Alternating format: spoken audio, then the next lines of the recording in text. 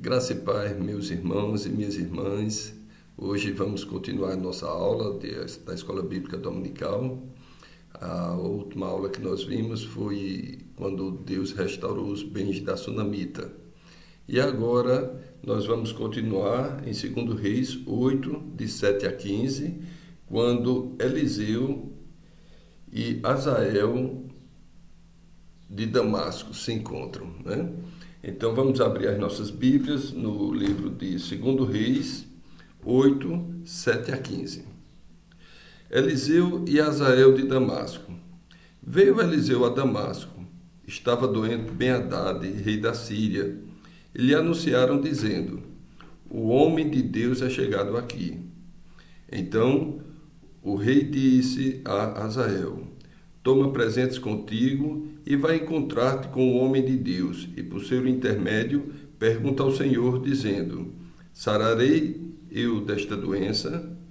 Foi, pois, Azael encontrar-se com ele, levando consigo um presente, a saber, 40 camelos carregados de tudo que era bom de Damasco. Chegou, apresentou-se diante dele e disse: teu filho Ben-Hadad, rei da Síria, me enviou a perguntar-te: sararei eu desta doença? Eliseu lhe respondeu: vai e dize-lhe: certamente sararás, porém o Senhor me mostrou que ele morrerá. Olhou Eliseu para Azael, e tanto lhe fitou os olhos que este ficou embaraçado, e chorou o homem de Deus. Então disse Azael: por que chora o meu senhor? Ele respondeu: porque sei o mal que hás de fazer aos filhos de Israel. Deitarás fogo sobre as tuas fortalezas, matarás à espada os seus jovens, esmagarás os seus pequeninos e rasgarás o ventre de suas mulheres grávidas. Tornou Azael: pois que é teu servo este cão para fazer tão grandes coisas? Respondeu Eliseu: o Senhor me mostrou que tu hás de ser rei da Síria. Então deixou a Eliseu e veio a seu senhor, o qual lhe perguntou: que te disse Eliseu? Respondeu ele: disse-me que certamente sararás. No dia seguinte, Azael tomou um cobertor, molhou em água e o estendeu sobre o rosto do rei até que ele morreu. E Azael reinou em seu lugar. Oremos. Senhor, nosso Deus, nosso Pai, nós te agradecemos porque estamos mais uma vez reunidos aqui em teu nome para aprender de ti. Queremos que o Senhor unja o teu servo com a tua palavra, para que a gente possa crescer no conhecimento e conhecer a tua vontade. É no nome de Jesus que nós te agradecemos por tudo. Primeira coisa, meus irmãos, é que nós percebemos aqui é a questão de conhecer a Deus, ouvir falar de Deus. Nesse tempo, o rei da Síria, ele já tinha tido alguns... Nós sabemos que a Síria, com Judá, com Israel, vinha tendo guerras e conflitos, né? Sempre. Mas nesse momento eles estavam em paz. E Eliseu vai para Damasco.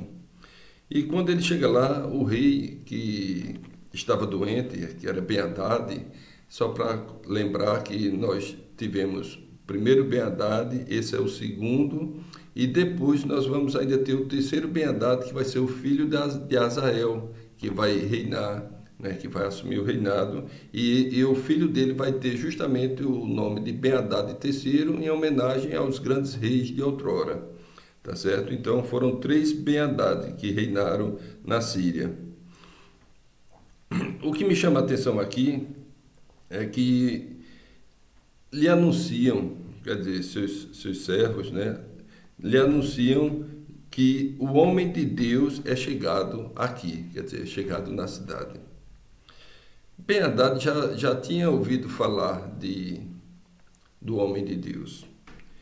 Ele já tinha tido as experiências anteriores, as incursões que ele ia fazer quando os servos dele chegam e dizem: olha, tem um homem de Deus que vê as coisas antes, quando tu estás no teu quarto falando, Deus revela. Ele teve as vitórias que Deus deu ao povo de Israel por conta do homem, através do homem de Deus, né? E aí, nesse momento, o rei chega e diz o seguinte a Azael: olha, toma presentes contigo e vai encontrar-te com o homem de Deus, e por seu intermédio pergunta se eu sararei desta doença. Nós vimos que era um costume da época, os sírios, né, levarem presentes para quando iam receber algum benefício de Deus ou dos seus deuses.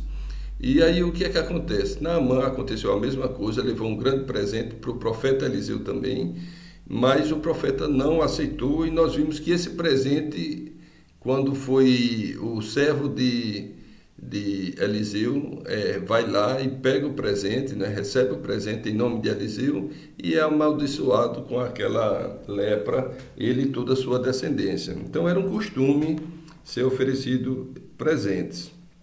O que me chama a atenção aqui é os dias de hoje. As pessoas acham que a relação com Deus ela tem que ser uma relação de compra, de troca. Né? O rei ouviu falar de Deus e nessa hora ele esperava que o homem de Deus fizesse alguma coisa, ele esperava uma cura, ele estava mandando essa comitiva com 40 camelos, que significa mais ou menos 10 toneladas de coisas que era uma grande homenagem, né? Um grande presente. Mas o que me chama a atenção é esse pensamento que as pessoas têm. Olha, eu ouvi falar que Deus faz milagres, que Deus opera, então eu vou trocar, eu dou meus benefícios, né? Eu dou uma ajuda e recebo a bênção. Ele queria só saber se seria curado, sarado. Vejam só, hoje em dia a gente está vivendo dias muito difíceis, com as pessoas pensando igual a Ben-Hadad, né? Eu não quero compromisso com o Senhor, mas eu quero as suas bênçãos. As pessoas comprando Deus e, pior, as pessoas que conhecem um pouco da palavra vendendo as coisas de Deus, fazendo comércio, grandes fortunas. Hoje, grandes lideranças mundiais usam o nome de Deus. O Brasil não é diferente. O Brasil está sendo extorquido pelas pessoas através da fé. Devemos abrir muito os nossos olhos, ter cuidado com esse tipo de doutrina, né? Da doutrina de comprar a Deus. Isso aí, Deus não se vende. Por quê? Porque se nós olharmos, vejam como é fácil na nossa relação com Deus. As pessoas não entendem que as bênçãos, elas vêm pela fé. Não é uma questão de... A nossa relação tem que ser uma relação de confiança, confiar em Deus. Eu vou só lembrar vocês aquela passagem da mulher com fluxo de sangue. Ela gastou tudo que tinha, não ficou boa, ouve falar de Jesus e enfrenta a multidão. Toca nas suas vestes e Jesus percebe que saiu o poder dele. Seus discípulos respondem: mestre, tem uma multidão, como é que o senhor disse que alguém te tocou? Mas ele sabia e ela confessa o que fez. E depois Jesus olha para ela e diz assim: filha, a tua fé te salvou. A tua fé. Não foram os bens que ela já não tinha mais, mas a fé. Jesus ainda está falando quando chegam os principais da sinagoga, né? Para falar com Jairo, que era o principal, e dão a notícia que a filha dele está morta. E Jesus disse apenas uma coisa: não temas, crê somente. Esta é a palavra, estas são as boas novas. Devemos crer somente.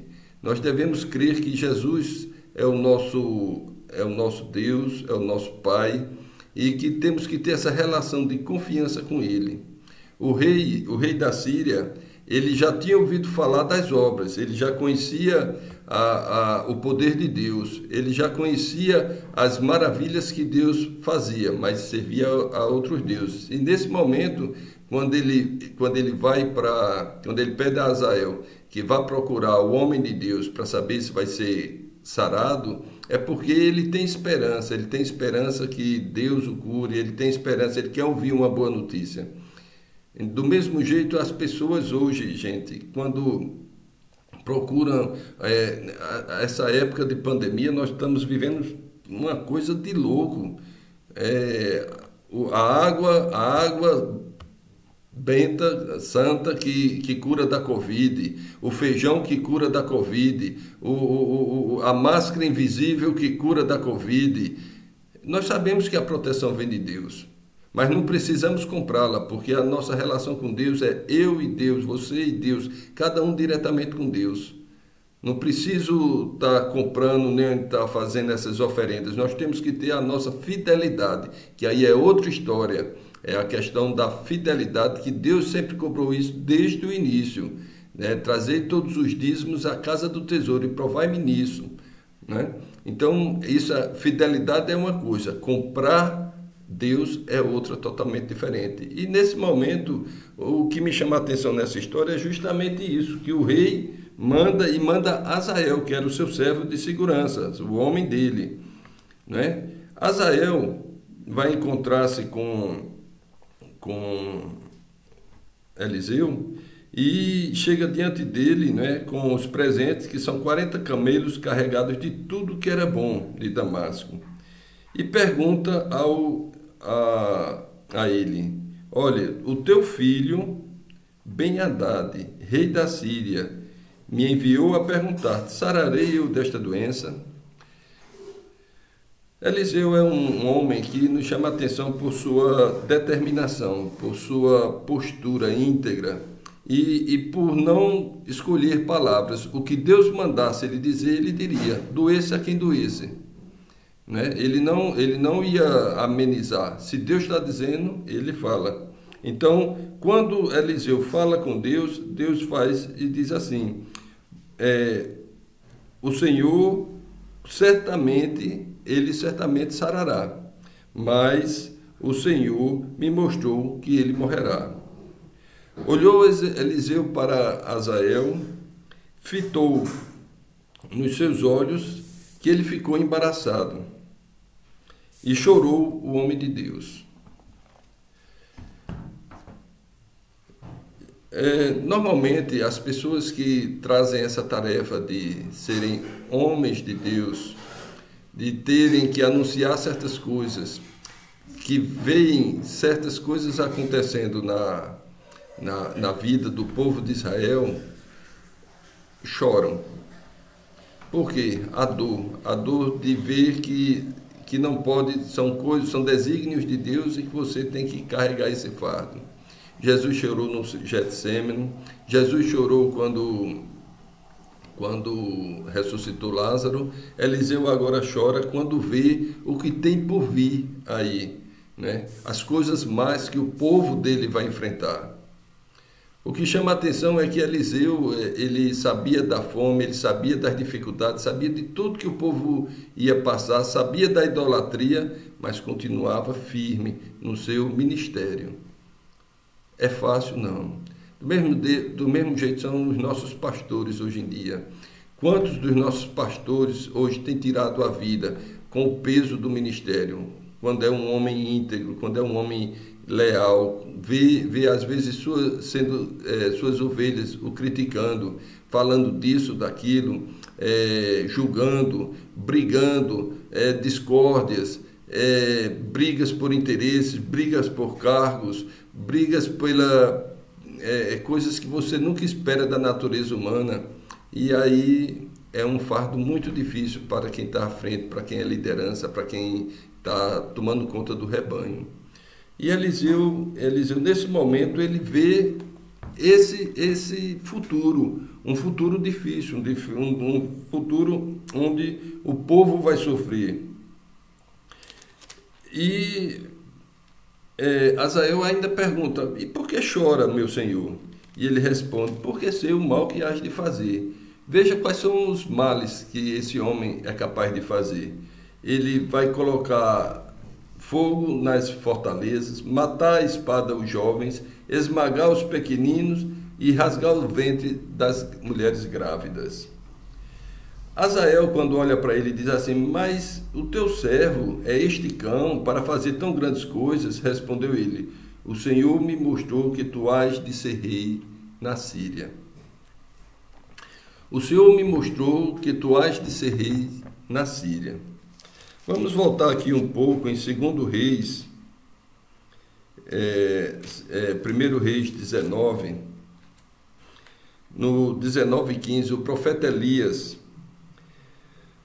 Deus falando, o profeta Elias estava lá recluso na caverna, Deus fala com ele e diz: vai, no versículo 15 do capítulo 19 de 1 Reis, vai, volta ao teu caminho para o deserto de Damasco, e em chegando lá, unge a Azael, rei sobre a Síria. A Jeú, filho de Ninsi, ungirás rei sobre Israel. E também Eliseu, filho de Safate, de Abel-Meolá, ungirás profeta em teu lugar.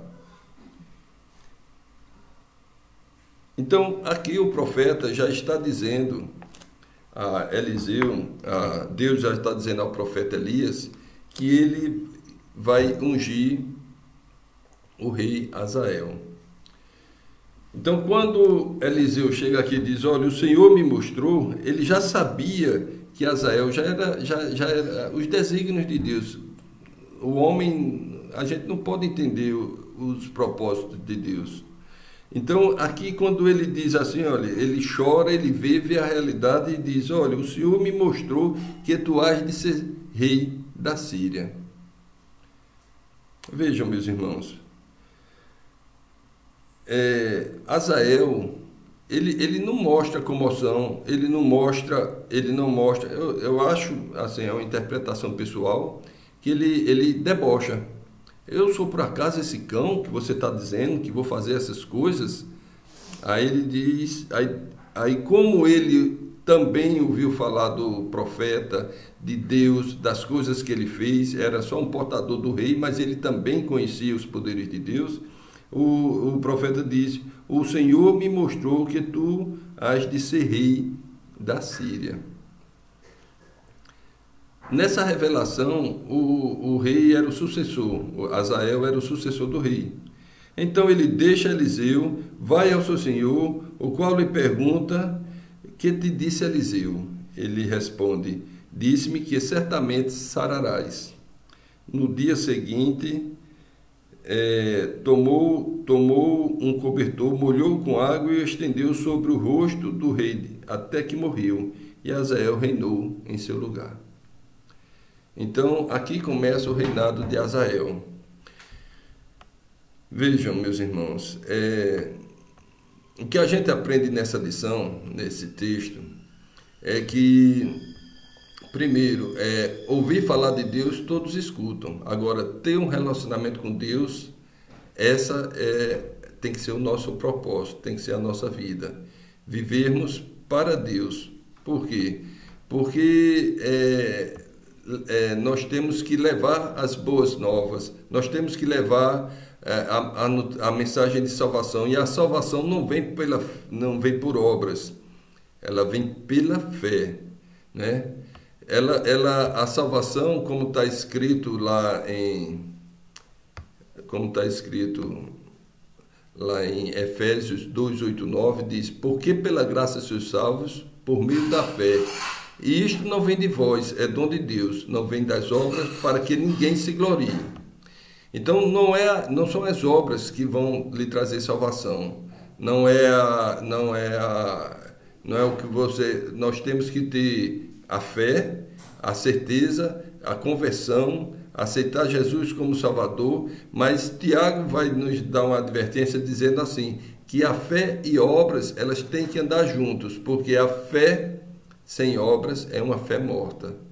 Que a gente possa aplicar, que a gente possa ver que Deus, ele nos seus propósitos, às vezes a gente não entende por que é que estamos passando por uma situação tão difícil, mas devemos esperar em Deus e confiar que Ele tem as respostas de tudo. Devemos fazer a nossa parte, devemos nos cuidar. Nesse momento de pandemia, não é sábio nós sairmos, desafiarmos a Deus, porque Deus me protege, eu vou sair, vou andar, vou para aglomerações, vou para multidões, não, porque Deus está comigo. Lembrem-se que quando Jesus foi tentado no deserto, ele disse: não só de pão viverá o homem, e não tentarás o Senhor teu Deus. Vamos ter muita sabedoria nessa hora.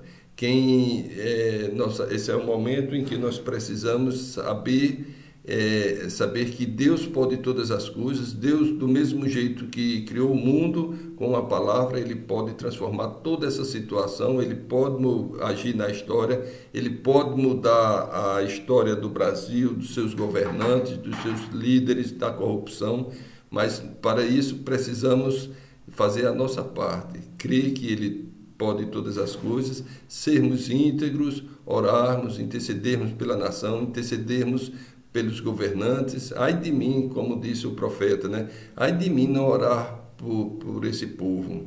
A gente não pode negligenciar essa responsabilidade que nós temos, que conhecemos a palavra, né? Nós vamos iniciar agora, no próximo estudo, algumas questões ainda antes de tratarmos o reinado de essas coisas que o profeta previu, né, que viu. Se nós olharmos depois em 2 Reis 10:32, 12:17, nós vamos ver as ações de Azael, o que ele vai fazer com o povo. Então, isso a gente vai tratar mais na frente, mas fica aqui a grande mensagem hoje desse texto é que Deus não se vende, não se compra as obras de Deus. Quando Deus fala trazer os dízimos, Ele não está falando em comprar, Ele está falando em fidelidade, reservarmos a 10ª parte, sermos fiéis. Ele não